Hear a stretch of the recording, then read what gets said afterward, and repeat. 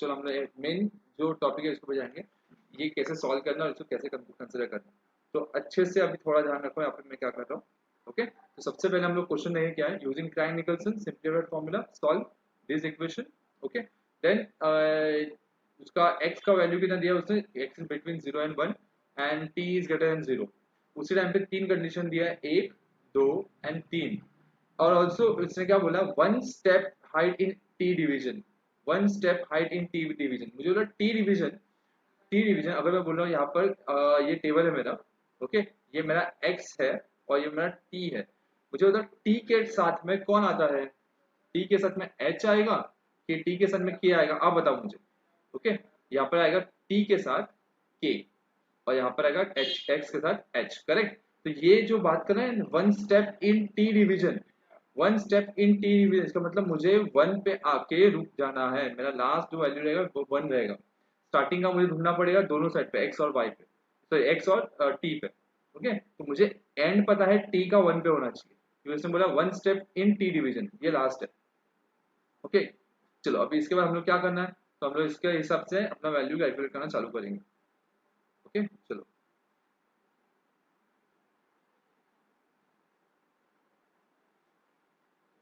अब यहाँ पर सबसे पहले मैं अपने तीन इक्वेशन लिख रहा हूँ जो कि मुझे यूजफुल रहेंगे अपने स्टार्टिंग और एंड पॉइंट निकालने के लिए। ठीक है, तो सबसे पहला आएगा x of 0 for t for u is equal to 0। फिर उसके बाद u of 0 comma t is equal to 0।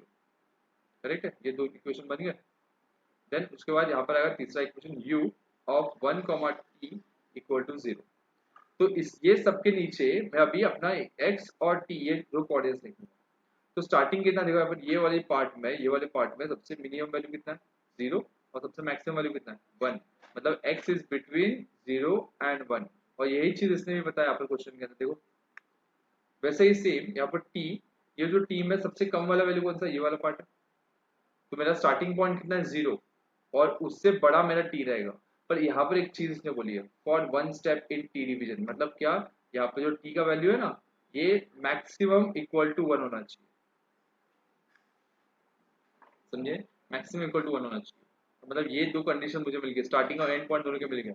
अभी मैं अपना काम चालू कर सकता हूँ। ठीक है, तो मेरा जो इक्वेशन रहेगा उसको यहाँ पर ऐसे ये वाले फॉर्म में मेंशन करना पड़ेगा। तो वापस एक बार बता रहा हूँ मैं, मेरे जो इक्वेशंस हैं वो मुझे एक बार वापस कॉपी करने पड़ेंगे ये वाले स्लाइड्स पर। ठीक है, हाँ, तो यहाँ पर हम लोग ये वाले इक्वेशन लिख दिया अभी। अभी ये इक्वेशन के हिसाब से आगे हम लोग क्या करना देंगे, ये वाले पार्ट को हम लोग पहले ये टेबल में फॉर्म करना है। तो सबसे पहले फर्स्ट इक्वेशन में पकड़ रहा हूँ जो कि है u x comma 0 is equal to 0। Right, u x comma 0 is equal to 0। तो ये वाले जो पार्ट है ना, ये वाले पार्ट पे मैं मेरा x कॉमा t का पहले कोऑर्डिनेट्स नीचे लिख रहा हूँ। तो मुझे पता चल गया कि मेरा t वाला जो पार्ट है ना वो 0, ये कांस्टेंट रहेगा हमेशा। तो t वाला 0 की तरह ये वाला पार्ट देखो, स्टार्टिंग पॉइंट मेरा 0 था ना और एंडिंग पॉइंट 1 था। वैसे ही x का स्टार्टिंग पॉइंट कितना 0 था और एंडिंग पॉइंट कितना 1 था। तो उसका स्टेप हाइट कितना उससे दिया था 1/4। अगर आपको देखना है तो ये क्वेश्चन देखिए, यहाँ पर देखिए, यहाँ पर इसने देखे रखा है 1/4। करेक्ट, तो 1/4 मतलब 0.25। तो 0.25 के हिसाब से यहाँ पर ये वाला पार्ट, ये वाला पार्ट जो है, यहाँ पर ये वाला पार्ट जो है 0.25 आएगा। करेक्ट है, ठीक है। तो 0 प्लस 0.25, 0.25, 0.25 प्लस 0.25, 0.5, 0.5 प्लस 25 कितना आएगा 0.75 एंड अगेन 0.25 इसमें ऐड करके कितना आएगा 1 आएगा। तो ये पूरा इक्वेशन ऐसे ही चलता रहेगा। ठीक है, अप टू 1, क्योंकि मैक्सिमम वैल्यू कितना 1 और मिनिमम वैल्यू कितना 0। वैसे सेम यहाँ पर 0 एंड 1 ये ऐसे ही चलता रहेगा। तो चलो अभी इसके बाद नेक्स्ट क्या करना है हम लोग को, यहाँ पर देखिए, यहाँ पर ये वाला पार्ट इसने बताया मुझे कि कितना, ये वैल्यू कितना है 0। ठीक है, तो ये t का जो वैल्यू रहेगा 0, यहाँ पर ये वाले कॉलम रो के वाले बात होती है। तो अगर मैं x का वैल्यू एक एक करके इसके अंदर पुट कर दे जाऊँ तो मुझे आंसर मिलेगा उसके हिसाब से। तो सबसे पहले x का वैल्यू अगर मैं 0 पुट किया तो आंसर 0 आया u का वैल्यू। ठीक है, वैसे ही सेम x का वैल्यू अगर 0.25 पुट कर रहा हूँ तो वापस u का वैल्यू 0 आया। क्यों ये 0 आ रहा है, क्योंकि मुझे ये फाइनल आंसर 0 देके रखा हुआ है। तो इसलिए ये सारे इक्वेशंस में ये वाले पूरे पॉइंट्स में 0 ही आएगा। समझे, ठीक है। तो ये वाला मेरा फर्स्ट इक्वेशन यूटिलाइज हो गया। तो इसके बाद नेक्स्ट अभी मैं जाऊंगा सेकंड इक्वेशन में। तो ये सेकंड इक्वेशन आपको स्क्रीन पे दिख रहा है, वो अभी मैं यहाँ पर लिख दूंगा। तो ये मेरा सेकंड इक्वेशन क्या आएगा, u of 0 comma t is equal to 0। ये वाला अगर मैंने इक्वेशन लिख दिया तो इसके बाद क्या आएगा देखो, वापस मैंने यहाँ पर कोऑर्डिनेट्स लिखे x कॉमा टी, तो मुझे बता अभी कौन फिक्स है, यहाँ पर x फिक्स्ड है। तो x अगर फिक्स्ड है मतलब मैं x वाले कॉलम में, x वाले रो में, जीरो वाला किधर कॉलम है, देखो यहाँ पर ये वाला कॉलम जीरो, तो ये जीरो वाले कॉलम का के बारे में बात कर रहा हूँ। ओके, तो यहाँ पर मुझे बताओ टी का वैल्यू कितना, टी के दो ही वैल्यू है, एक तो है जीरो और दूसरा है वन। तो अगर मैं समझ लो यहाँ पर T equal to zero put कर रहा हूँ तो मुझे यहाँ पर आंसर कितना मिलेगा, यू आंसर जीरो ही मिलेगा। सेम वे अगर मैं टी का वैल्यू वन पुट कर रहा हूँ, यहाँ पर T is equal to one put किया मैंने, तो वापस यू का वैल्यू कितना मिला, जीरो ही मिला। इसलिए ये दोनों वैल्यूज यहाँ पर जीरो हो गए, इसलिए ये दोनों वैल्यूज यहाँ पर जीरो हो गए, समझे, इसलिए दोनों वैल्यू हम लोग को जीरो हो गए। ओके, ठीक है।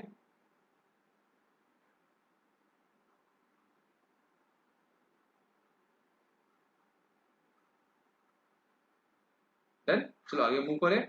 उसके बाद नेक्स्ट यहाँ पर अभी हम लोग को ये थर्ड इक्वेशन यूज करना है, u of one comma T is equal to 200 of T.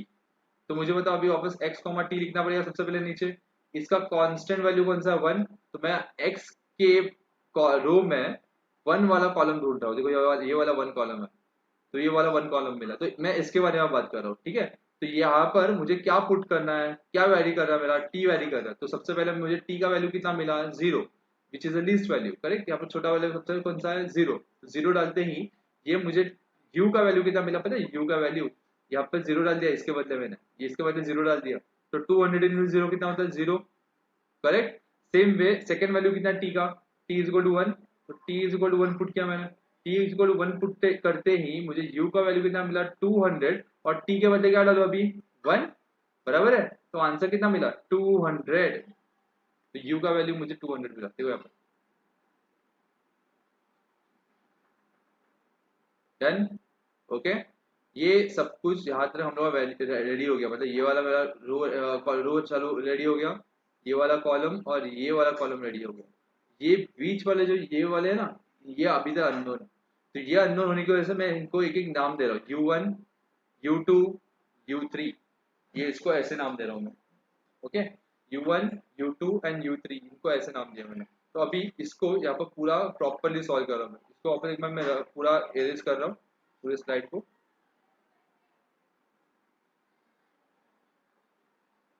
चलो अभी यहाँ पर वापस हम लोग चालू करें एक बार, कैसे काम करना है। तो सबसे पहले ये U1, अभी मैंने क्या बोला आपको, मुझे U1 निकालना है, तो मुझे क्या करना है, उसके आजू बाजू चारों नंबर्स का क्या लेना पड़ेगा, एवरेज, जैसे first, second, third and fourth, उसका एवरेज। तो U1 का वैल्यू कैसा आएगा देखो, U1 is equal to zero plus zero plus zero plus U2 divide by four, तो मेरा अल्टीमेटली U1 का वैल्यू कितना मिला, U1 is equal to U2 by four, ये इक्वेशन नंबर ए, मैं इसको इक्वेशन नंबर ए पुट कर रहा हूँ, ठीक है। सेम वे सेकेंड अभी मैं U2 पकड़ रहा हूँ, ठीक है। तो अगर मैं U2 कंसिडर कर रहा हूँ तो U2 कंसिडर करने के टाइम पे इसके चार एलिमेंट्स हैं, कौन से, ये फर्स्ट, ये सेकेंड, ये थर्ड और ये फोर्थ। तो U2 is equal to zero plus U1 plus zero plus U3 divide by four, तो मेरा U2 का वैल्यू कितना आया, U1 plus U3 divide by four, equation number B, समझे, ठीक है। सेम वे मुझे अगर अभी तीसरा अननोन, कौन सा तीसरा अननोन है मुझे बताओ, तीसरा अननोन कौन सा है, U3 वाला है, तो U3 वाला का मुझे आंसर निकालना, one, two, three and four, ये चारों को क्या करना पड़ेगा, ऐड करना पड़ेगा, और डिवाइड बाय कितना करूंगा, फोर, तो यहाँ पर कितना आएगा, U3 is equal to zero, sorry, zero plus U2 plus zero plus 200 divide by कितना, फोर, तो मेरा यहाँ पर U3 का वैल्यू कितना आएगा, U2 plus 200 divide by four, बराबर है, करेक्ट है ये, कुछ प्रॉब्लम यहाँ तरफ, कुछ प्रॉब्लम है नहीं ना। चलो अभी मैं क्या कर रहा हूँ, ए को बी में पुट कर रहा हूँ सबसे पहले, तो अगर ए को मैं बी में पुट करूँ तो देखो यहाँ पर इसको अगर मैं ऐसे लिखूँ तो चलेगा क्या? 4u1 is equal to u2, मतलब मैंने इसको यहाँ पर मल्टीप्लाई कर दिया और कुछ नहीं किया। तो अभी इसको उठा के मैं इसके अंदर पुट करूंगा तो u2 का मतलब क्या आएगा? 4u1 is equal to u1 plus u3 divide by 4।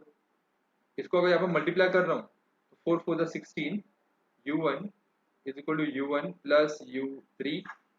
Correct है ये? कुछ प्रॉब्लम है यहाँ तरफ? कुछ प्रॉब्लम यहाँ तरफ नहीं ना? कुछ प्रॉब्लम होगा तो एक बार रिवाइंड करके देख लो और या फिर कमेंट सेक्शन में मेंशन कर दो, मैं आपको सॉल्व करके दे दूंगा। ठीक है, फिर u1 को उधर भेज दिया तो 16 में से एक u1 क्या है ना, ये प्लस का क्या बनेगा उधर जाके माइनस, तो 16 u1 minus u1 is equal to u3। अभी यह 16 में से एक चला गया तो बचा कितना? 15 u1 16 u1 okay is equal to u3। अभी u1 का वैल्यू कितना मिला? u3 डिवाइड बाय 15, ये मुझे एक इक्वेशन का आंसर मिला। करेक्ट। अभी सेम वे मुझे इसका u1 और u3 का एक और इक्वेशन है मेरे पास, देखो अभी u3 का एक है। तो अगर मैं यहाँ पर ये वाला इक्वेशन पुट करूँ, कौन सा वाला? ये वाला। ओके, ये वाला इक्वेशन पुट करूँ इसके अंदर और ये वाला इक्वेशन का हेल्प लूँ यहाँ पर, तो मुझे एक फाइनल आंसर मिलेगा u1 के टर्म्स। ठीक है, ये थोड़ा सा सॉल्विंग का पार्ट है, ये थोड़ा टेक्निकल से में ऐड हुआ है, पर आपको ये वर्थ है एज कम्पेयर टू बाकी क्वेश्चंस। ये थोड़ा इजी है, एटलीस्ट आपको थोड़ा बहुत तो करना, मतलब अच्छे से कर सकते हो आप। तो u3 के यहाँ पे मैं क्या पुट कर रहा हूँ? 15 ऑफ u1, 15 ऑफ u1 की जैसे आया इन इक्वेशन 3 या फिर C।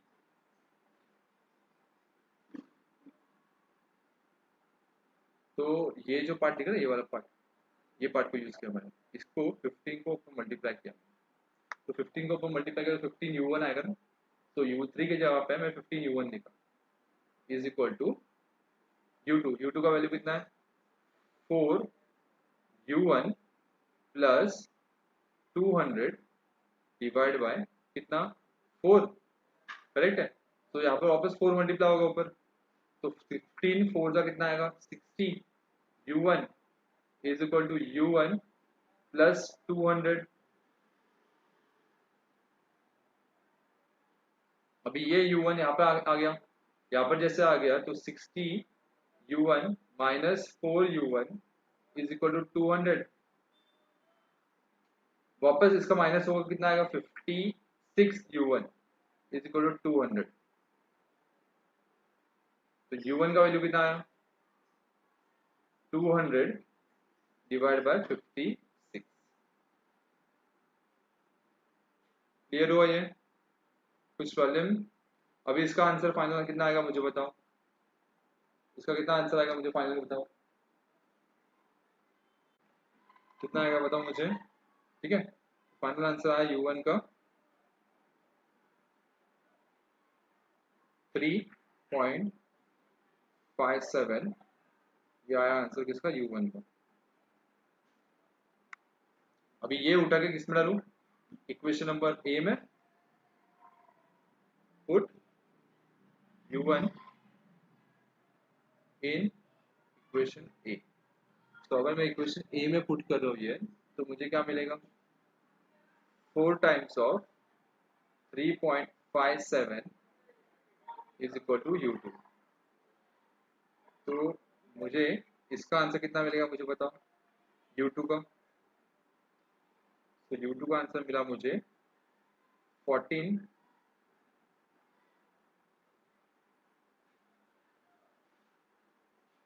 14.28, ये मुझे मिला u2 का आंसर। ओके, 14.28 ये मिला मुझे क्या? u2 का आंसर। तो अगर ये u1 u2 मिल गया तो u3 तो इजीली मिल जाएगा, ये इक्वेशन से, इक्वेशन नंबर सी से। तो इसके अंदर पुट करो और आंसर निकाल के बताओ मुझे कितना आएगा, या फिर इसमें भी आप पुट कर सकते हो, ये वाले पार्ट में u1 को इसमें डाल दो। ठीक है, so therefore u3 will be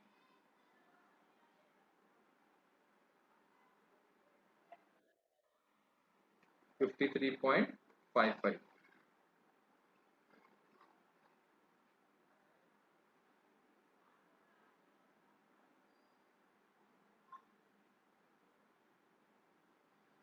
ये तीनों हम लोग को वैल्यूज मिलेगा।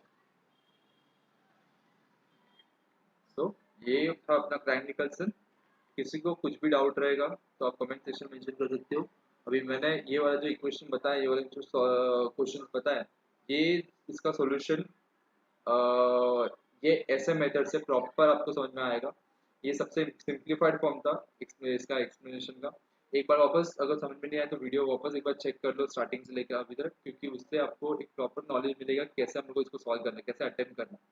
ये क्वेश्चन बहुत ईजी है एग्जाम पॉइंट ऑफ व्यू, बाकी कंपेरेटिवली ब्लेंडर स्मिथ और जो क्रैंक निकल्सन है बहुत ईजी है।